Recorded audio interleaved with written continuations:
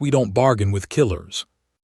The ship moved through the dark like a quiet thought, and the stars outside the window did not care about what had happened 6 days ago, and they did not care about 3 billion dead, and they did not care about a species that had laughed and built cities and raised children, and was now almost completely gone from the universe. Ambassador Selene Voss stood at the window of the asterisk Unce Resolute and looked at those stars and felt something hard and cold sitting in the center of her chest, and she had been feeling it since the first casualty report came through, and she had not been able to shake it since. Lieutenant Darrow Mekai walked up beside her, and he was young, and he had good eyes, and he held a data tablet in both hands the way a person holds something they are not sure they want to give to someone. "The final numbers came in," he said. She already knew what he was going to say, but she let him say it anyway. 3,400,000,000, he said, in 6 days. Selene did not say anything for a moment, and then she said, "How many survived?" "Somewhere between 11 and 14,000, Darrow said. The Yalhari were not a large species to begin with.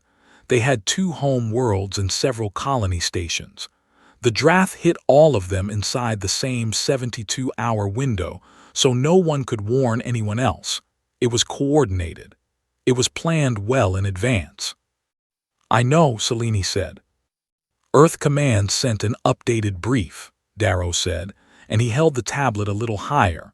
"They want you to follow standard council protocol. They are authorizing you to participate in formal negotiations and to support whatever resolution the majority of delegates agree upon." Selene took the tablet and read the authorization, and then set it down on the ledge beside the window. "Okay," she said. Darrow looked at her like he was not entirely sure what okay meant in this context, but he did not push further, and he was smart enough to know when a conversation was finished. The Galactic Council's Conclave Hall sat inside a massive orbital station above the neutron star Vareth Prime, and it had been built 400 years ago, when 12 species first decided that talking was better than burning, and over the centuries more species had joined, and the hall had been expanded again and again, until it could seat representatives from 112 different civilizations at one time. It was an impressive place, and most species felt something close to reverence when they entered it for the first time. Selene had felt that way the first time too. She did not feel that way today.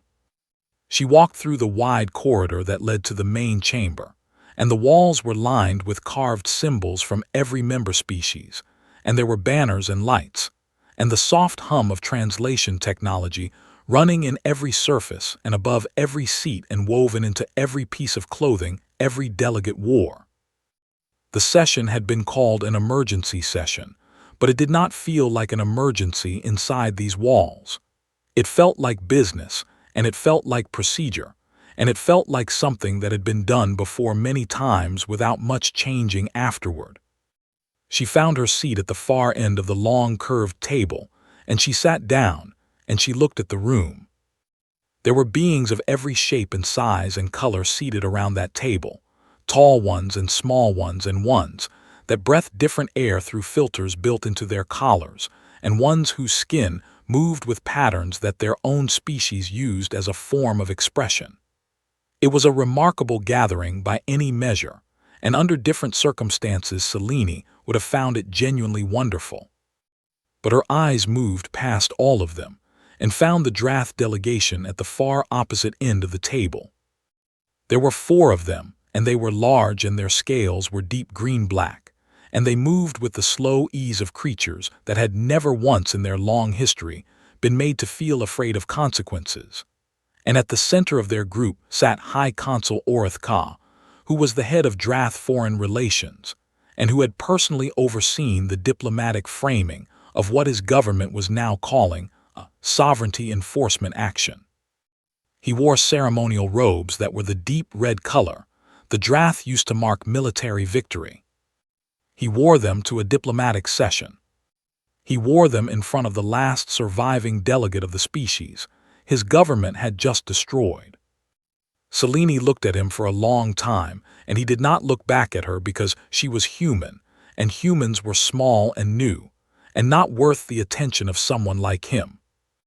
She looked away from him and looked up at the observer gallery that ran along the upper level of the hall, and she found the Yalhari delegate almost immediately, because Atha was the only one up there, and because she was wrapped in a silver thermal blanket, and because the bioluminescent light that ran along the skin of her kind, that beautiful soft glow that Yalhari produced naturally when they were calm or happy, was almost entirely dark.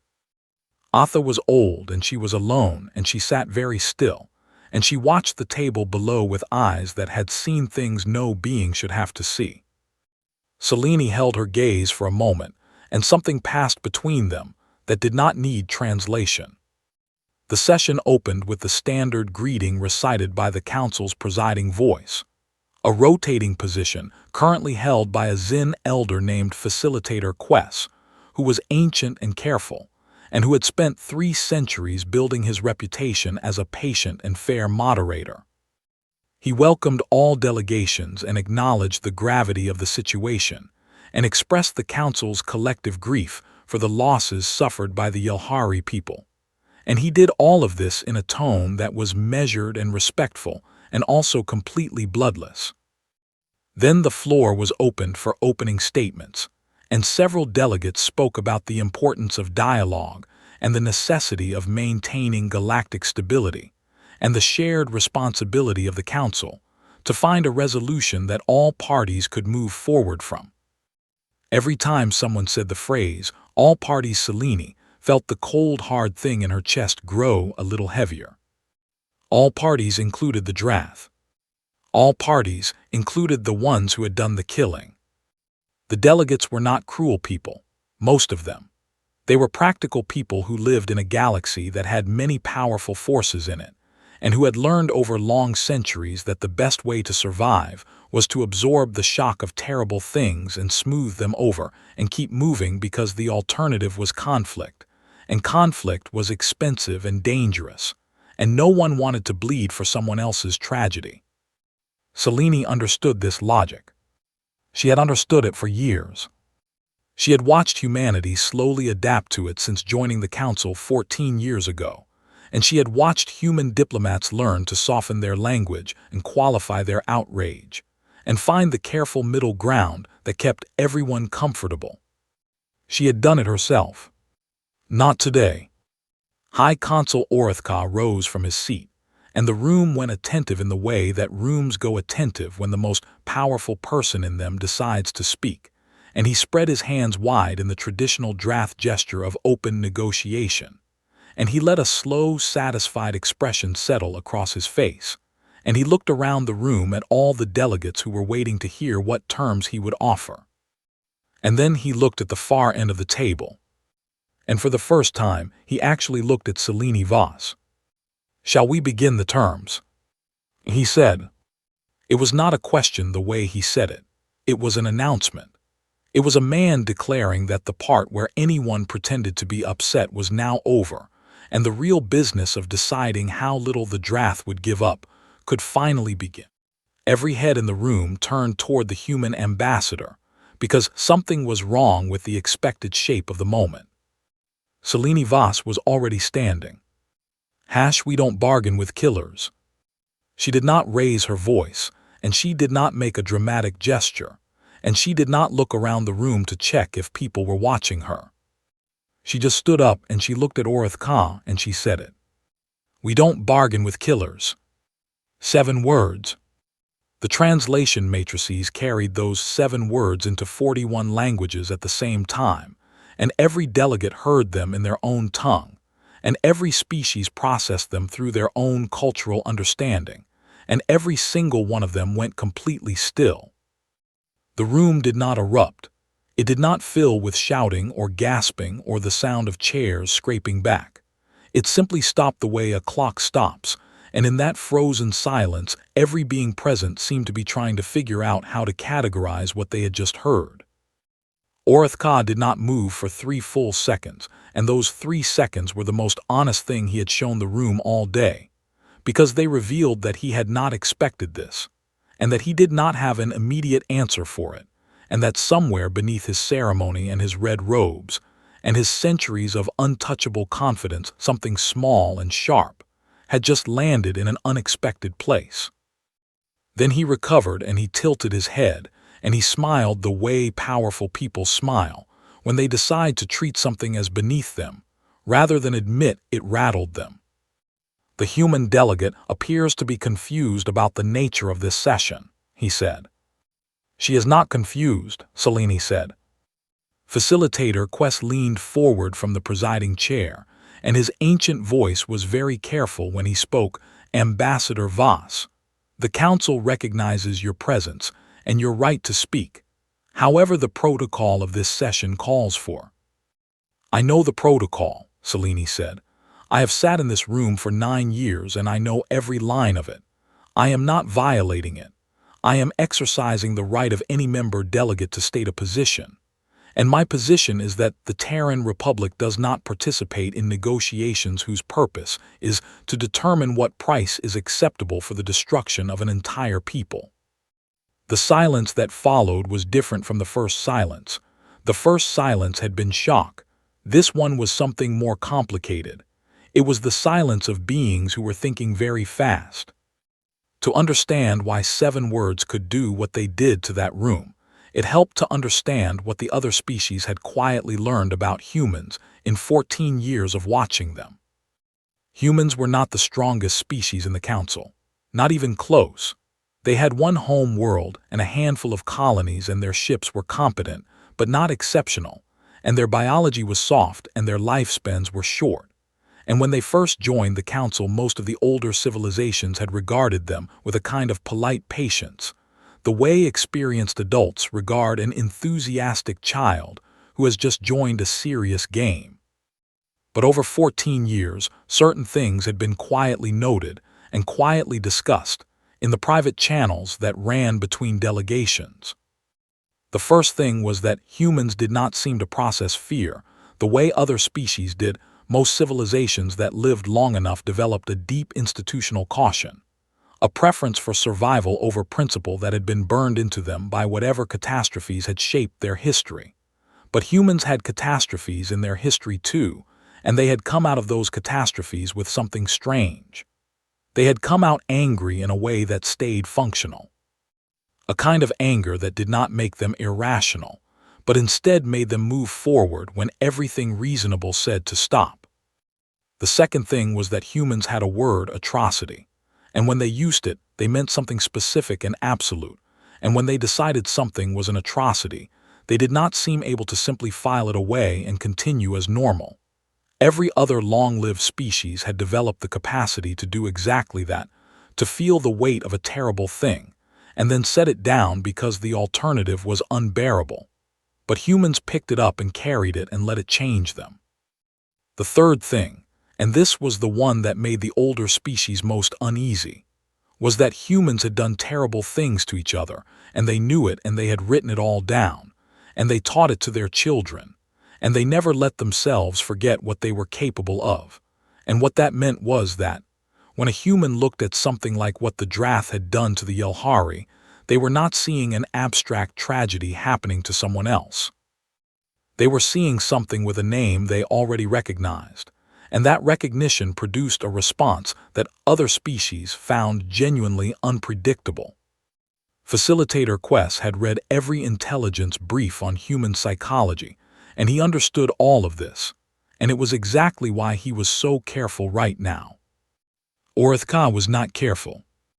"This is a disruption of lawful council proceedings," he said, and his voice had dropped to the register that Drath used when they were genuinely displeased.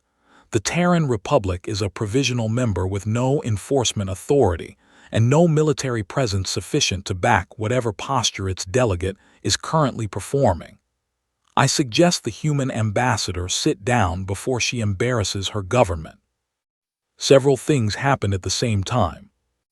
Darrow Mecha up in the aides gallery looked at his communicator, and his face changed. 2 delegates from smaller species, the Yalhari collective representative and a young Thene diplomat, looked at each other. And Selene Voss reached into her jacket and placed a single data chip on the table in front of her, and did not sit down. 3,400,000,000 people, she said, in 6 days. We have the full record, the attack plans, the coordination logs, the communication between Drath Military Command and the civilian population centers they targeted first. The Yalhari were not a military threat. They had no warships. They had no weapons capable of reaching Drath space. They were killed because someone decided they were in the way, and because everyone in this room has spent 3 centuries making it very clear to the Drath that there would be no real cost for doing this. The room was very quiet. So no, she said, we are not going to sit at this table and negotiate what percentage of their stolen territory the Drath might graciously return. We are not going to discuss economic penalties that will be quietly waived within a decade. We are not going to write another agreement that means nothing and file it next to the 16 agreements before it that also meant nothing. She looked directly at Orithka. We don't bargain with killers. She said it again the same way she had said it the first time, not louder, not harder, just clear and flat and final like a door closing. And this time Orithka's face did not recover in 3 seconds. Down in the docking bay of Varath Station, the sensors had picked up something 20 minutes ago that no one in the room had announced yet. 3 additional human warships had come out of faster-than-light travel and taken up quiet positions alongside the UNSS Resolute. They were not pointing weapons at anyone. They were simply there. The way a person stands beside someone in a difficult moment, present and deliberate, and not going anywhere. Orithka had intelligence briefings on human psychology, and one of the most consistent notes across all of them was a single observation that his analysts had flagged as significant. Humans did not bluff. They were capable of being wrong, and they were capable of being outmatched, and they were capable of losing badly. But the word *bluff, as other species used it, the strategic display of strength or conviction one did not actually possess, seemed to sit uncomfortably against something in the human character.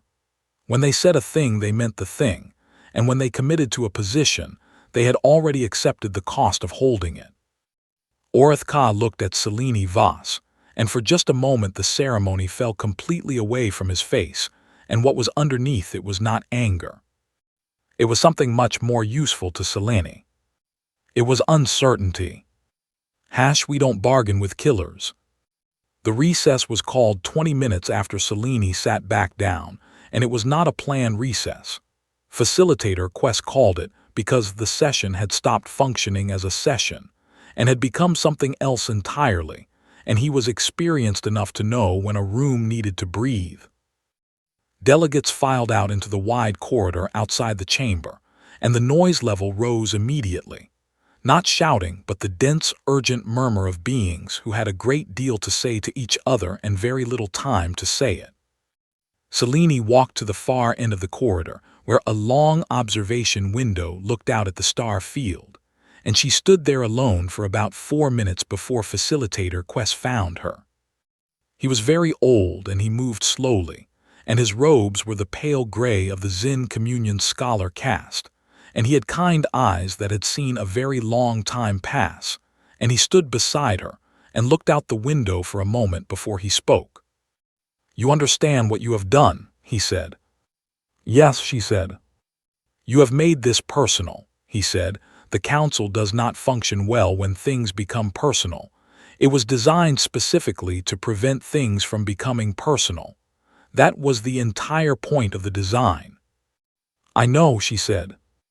The Drath have allies here, Quest said. Not many who like them, but many who fear the instability that comes from confronting them directly.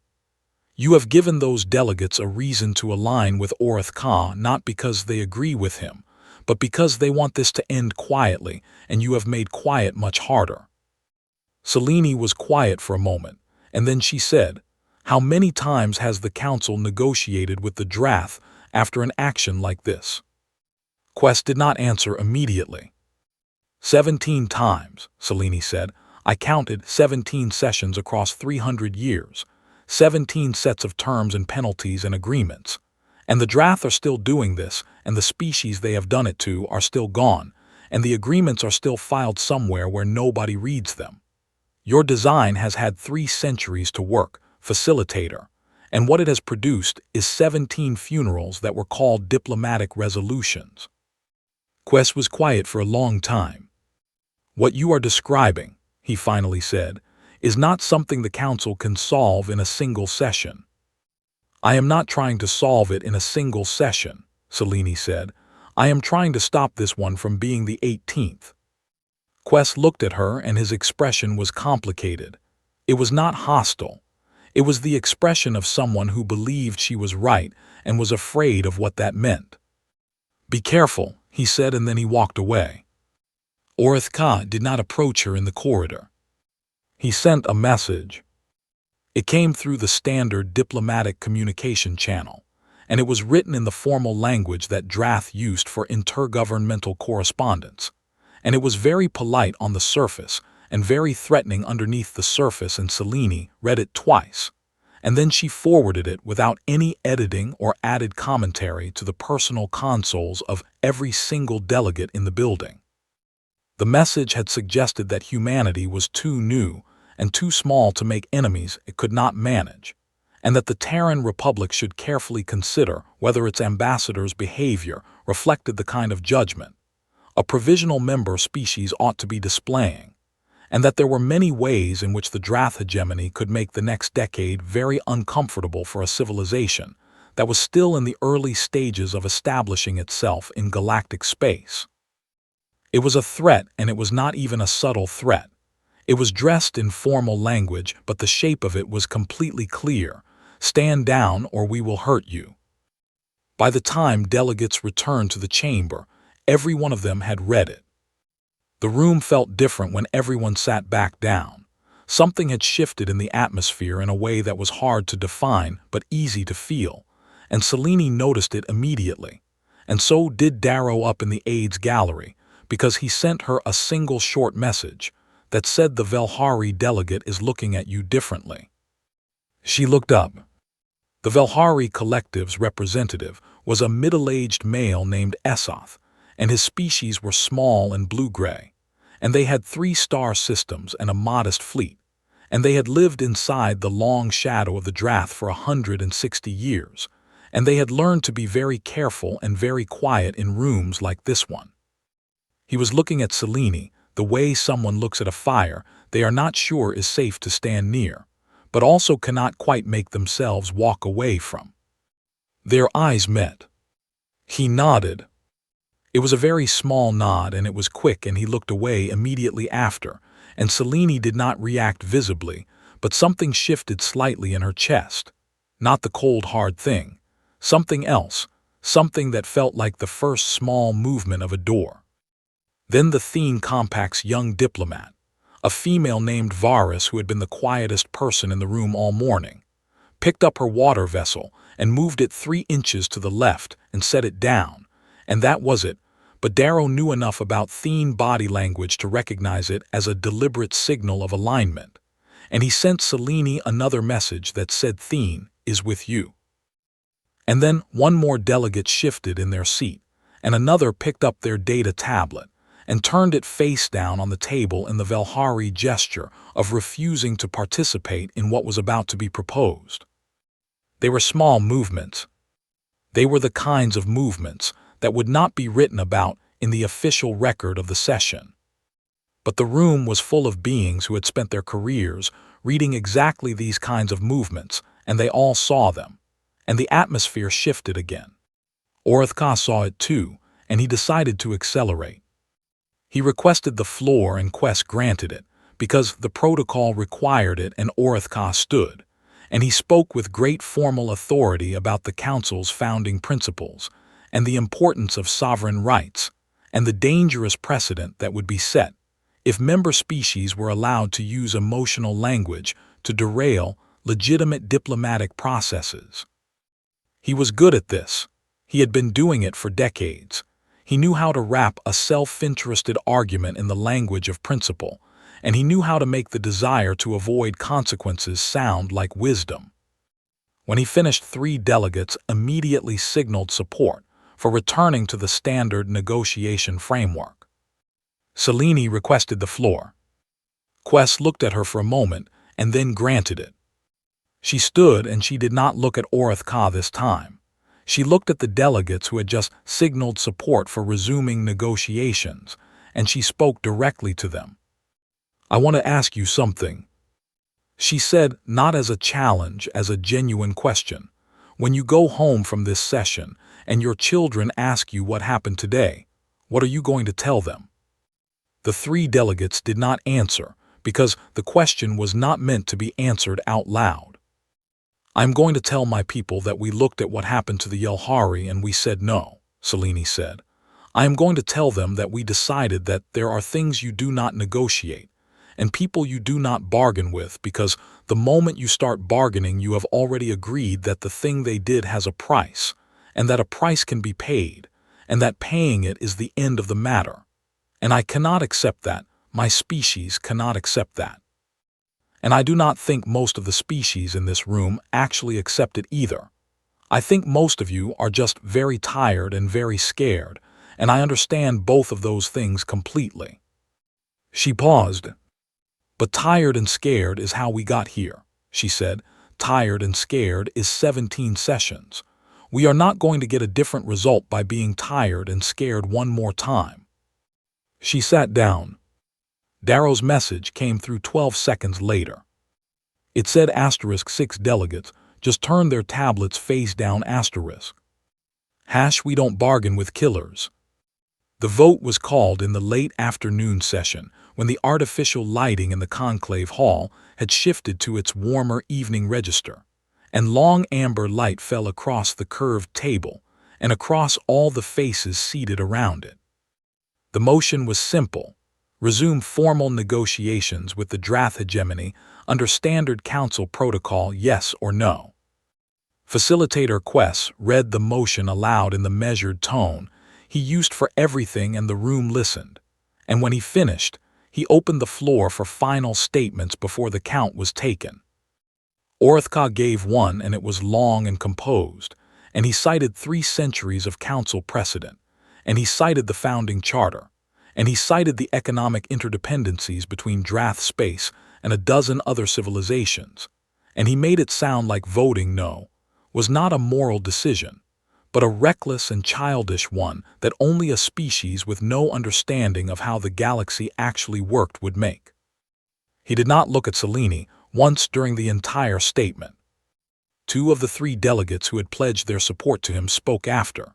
They were careful, and they talked about stability and long-term frameworks, and the importance of process, and they were not wrong that process mattered, and they were not wrong that stability mattered, and they were completely wrong about what mattered most right now, and Selene thought that this was the particular tragedy of experienced people. They had learned so many real lessons that the lessons had started to get in the way of each other. Then Selene stood for her final statement, and she did not give a long speech. She said, "Before the vote, I am invoking Article 44 of the Founding Charter." The room went still in a very specific way. Article 44 was old. It was one of the original provisions written 400 years ago when the Charter was first drafted, and it had been written by a coalition of smaller species who had worried even then that the Council could become a place where the powerful made decisions over the heads of the destroyed, and it stated that in any session where a species had suffered extinction-level violence, the sole surviving delegate of that species held the right to address the full council before any binding vote was taken. It had never been used. It had been forgotten by most current delegates and was known to specialists in council history and to anyone who had spent many years reading the founding documents very carefully.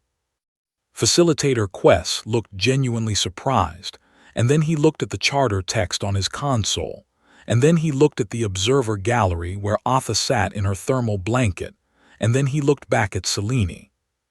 "The article is valid," he said, "and the right is recognized. Atha of the Yalhari, the floor is yours if you choose it." The room waited. For a long moment nothing happened, and Selene wondered if Atha had heard, or if she was too exhausted or too deep in her grief to want to do this, and Selene would not have blamed her at all for any of those things. Then the old Yalhari woman stood up slowly, and she walked to the speaker's gallery railing, and she looked down at the table below, and she began to speak. Her language was soft and clicking, and full of sounds that did not exist in most other species' vocal ranges, and as she spoke the bioluminescent patterns along her skin moved slowly. Not the bright happy pulses her kind produced in good times, but something quieter and deeper and more complicated. A slow tide of pale blue and silver that moved across her face and her hands and her neck. She spoke for 4 minutes. The translation came through quietly in every delegate's earpiece. She did not give a political speech. She did not argue for justice or cite international law or appeal to the Council's founding ideals. She described a morning. She described waking up in her city on the second Yalhari home world 6 days ago, and the sound the market made outside her window in the early hours, and the way the light came through the tall windows of her building, and the names of the children who lived across the street, and what they argued about and what they laughed about, and what the oldest one wanted to be when she grew up. She described eating breakfast with her daughter. She described the alert that came through and the sound of the sky changing. She described the silence after. She did not cry while she spoke. She was past the part where crying was possible. She was in the much quieter place that comes after, and she stood there in that quiet place, and she shared it with the room, and the room received it, and nobody spoke. When she finished, she stood at the railing for one more moment, and then she walked back to her seat and wrapped the thermal blanket around herself and sat down, and the pale blue light on her skin faded slowly back to almost nothing. The vote was called. The count took 4 minutes. When Quest read the result, his voice was as measured as always, and it revealed nothing and it said everything. 51 votes against resuming negotiations. 47 in favor. 14 abstentions. The motion to negotiate with the Drath hegemony failed.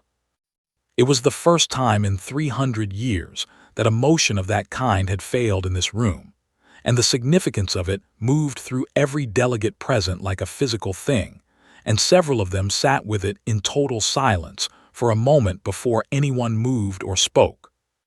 Orithkai stood. He stood slowly, and he straightened his red robes, and he looked around the room with an expression that was no longer performing calm. It was the real face of a powerful entity that had just encountered a wall where it expected an open door, and was deciding what to do about it. The Drath hegemony does not recognize this result as legitimate, he said. We view this vote as a hostile act against our sovereignty and our people. The hegemony formally withdraws from the Galactic Council effective immediately, and we will treat any further interference in our internal affairs as an act of war. He walked out. His 3 delegation members walked out behind him. The door closed. The room was silent for a long moment. Then somewhere in the distance, the deep harmonic tone of large ship engines came through the walls of the station. The Drath fleet beginning its positioning sequence, beginning to move toward a jump formation that would take them out of the system. Selene had not moved from her seat, and she was already looking at her communicator, and the message from Earth Command was already there waiting for her. It was short. Ambassador Voss, you have exceeded your authorized parameters. You are ordered to stand down and await further instruction, Earth Command. She read it. She set the communicator face down on the table. She looked up. In the station's external sensor display visible on the wall screens, the Drath fleet was moving into jump formation. 47 warships turning slowly in the dark and pointing themselves toward the edge of the system. And then something happened that no one had planned or coordinated, and that Selene had not asked for, and that no human signal had produced. The Yalhari Collective's 3 ships, old ships, battered ships. Ships that had no business standing in front of a Drath fleet of that size moved into the Drath's jump corridor. They did not fire. They just moved there. And then the Thene Compact's 2 ships moved there. And then 7 more vessels from 7 different species moved there. Not because anyone told them to, but because something had broken open in that room when an old woman described a morning and named the children on her street, and they had all heard it in their own languages through their own histories, and they had recognized it, and they were tired and scared, and they had decided that today they were going to be tired and scared and present at the same time. Selene looked at the screen. The Drath fleet stopped its jump sequence. Humanity's 4 ships had not moved. They were still off to the side, watching, because this was no longer humanity's moment alone.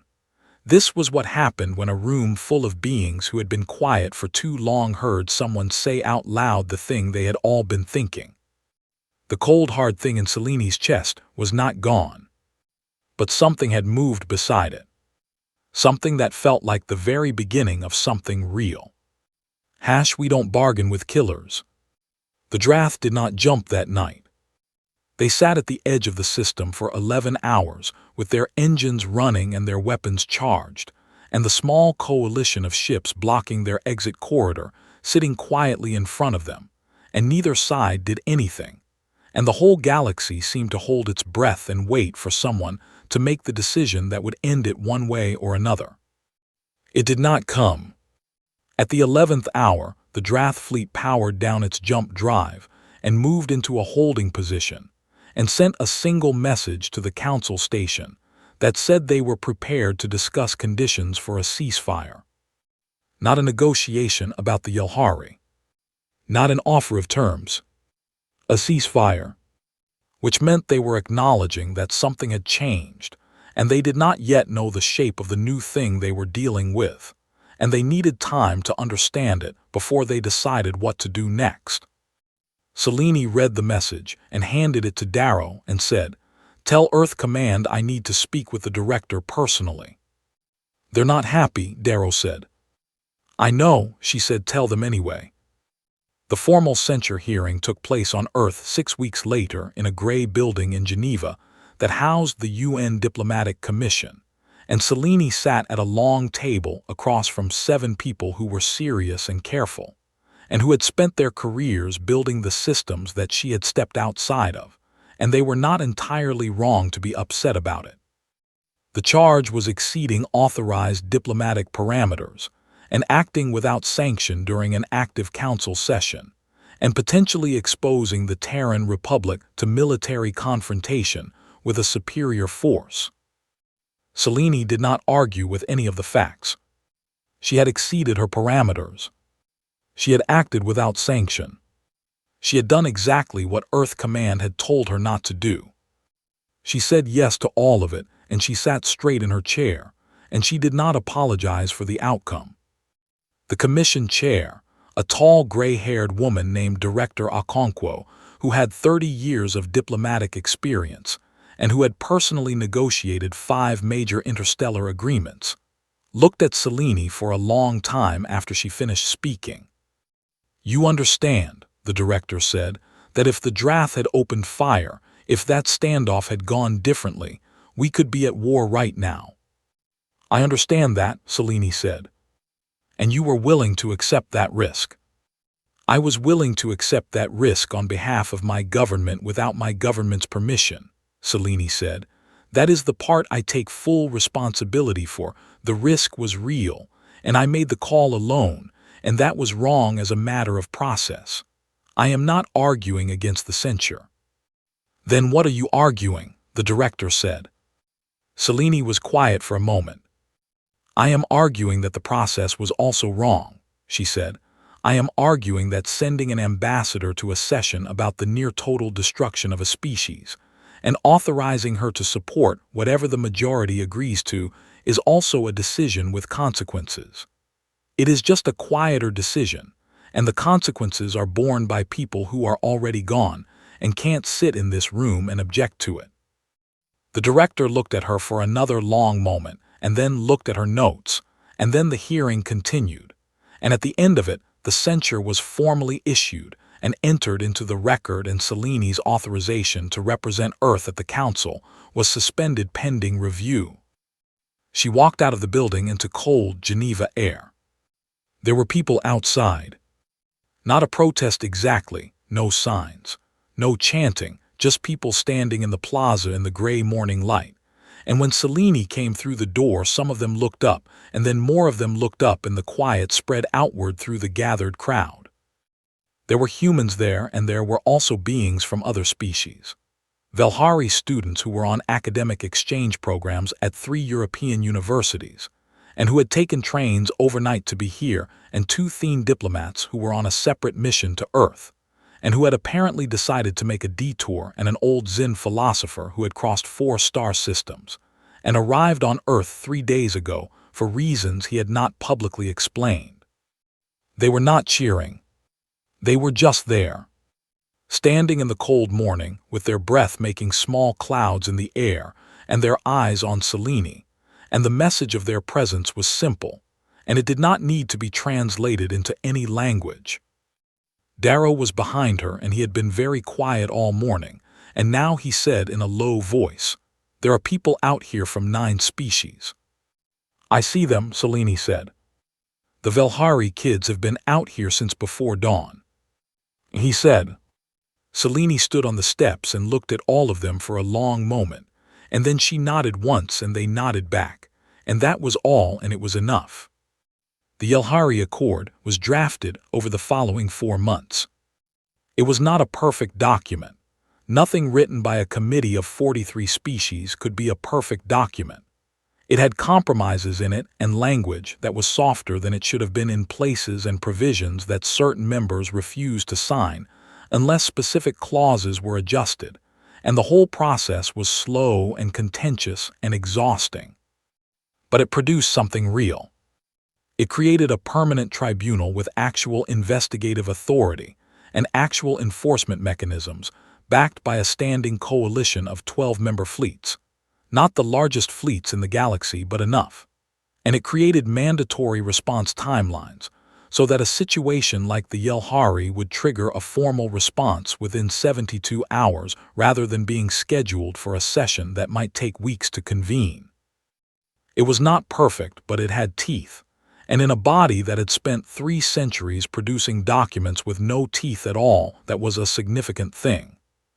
Humanity's seat at the Council, the one at the far end of the table, was moved.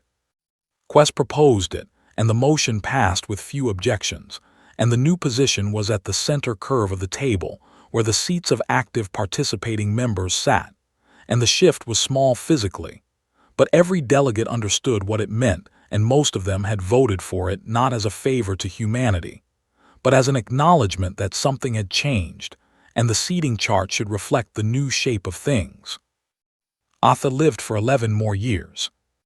She never returned to Yalhari space, because there was not much of Yalhari space left to return to. The 2 home worlds had been badly damaged, and the colony stations were gone.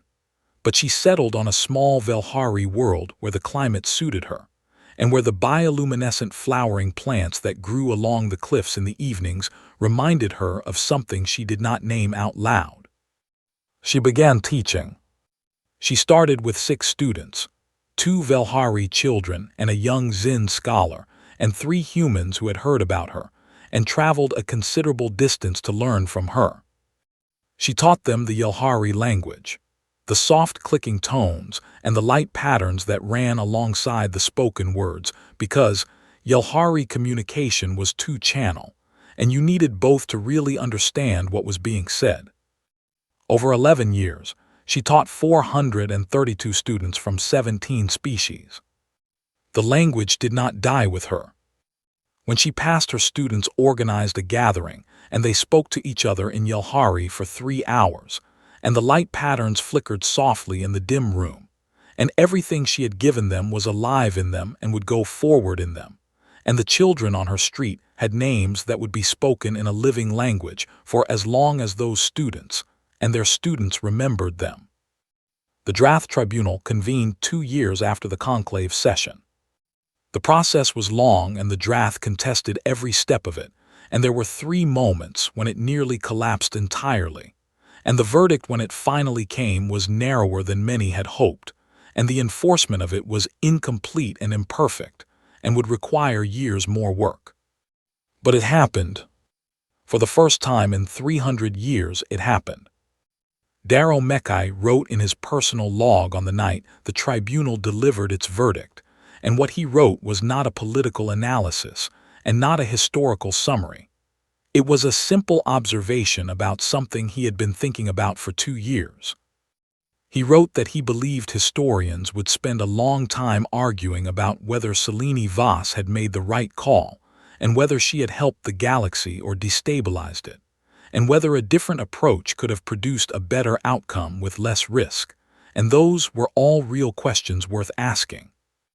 But he wrote that he also believed the most important thing she had done was not the 7 words and not the data chip, and not the Article 44 invocation.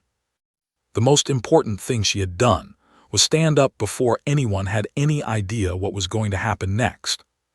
Because the galaxy was full of beings who knew that things were wrong, and who were waiting to see what everyone else was going to do first, and sometimes all that was needed to unlock a room full of waiting people was one person who decided to stop waiting. He closed his log and looked out the window at the stars. Humanity had not arrived in the galaxy with the biggest ships or the oldest wisdom or the most powerful weapons. They had arrived with something that the long-lived species had very slowly and quietly learned to leave behind over the course of their long, careful histories. The absolute inability to look at a grave, call it diplomacy, and move on. It was not the easiest thing to carry. But it turned out that the galaxy had needed someone to carry it for a very long time.